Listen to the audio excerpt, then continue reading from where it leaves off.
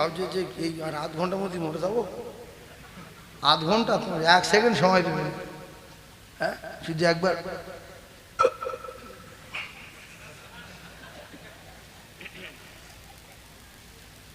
বলছে আমার দাদু আমার উরতের উপর মাথা দিয়ে মারা গেছে। দাদুর মাথা কোথায়?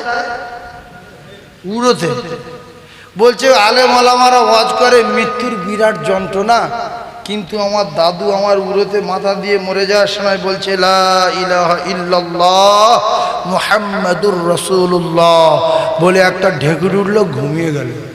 তোমার দাদুর ডাকো আর জিজ্ঞাসা করো যে ঢেকুরির গুঁতো কত। ঢেকুর উঠেছে জিজ্ঞেস করো। কেতাবে লেখা ঈসা নবীর মাকে জিজ্ঞাসা করলেন, ঈসা নবী কবর থেকে তুলে, ও মা মরিয়াম মা কবরে কেমন আছেন? মা মরিয়াম বলল, বাবা বিরাট ভালো আছি। কিন্তু কি গো মা? বলছেন যেদিন মৃত্যুর কবলে পড়েছিলাম সেদিনকার ব্যথা বেদনার যন্ত্রণা আজও আমার গলদেশ থেকে যায় না। যত বড় পীর হোক মৃত্যুর যন্ত্রণা হবেই হবে, গ্যারান্টি গ্যারান্টি গ্যারান্টি।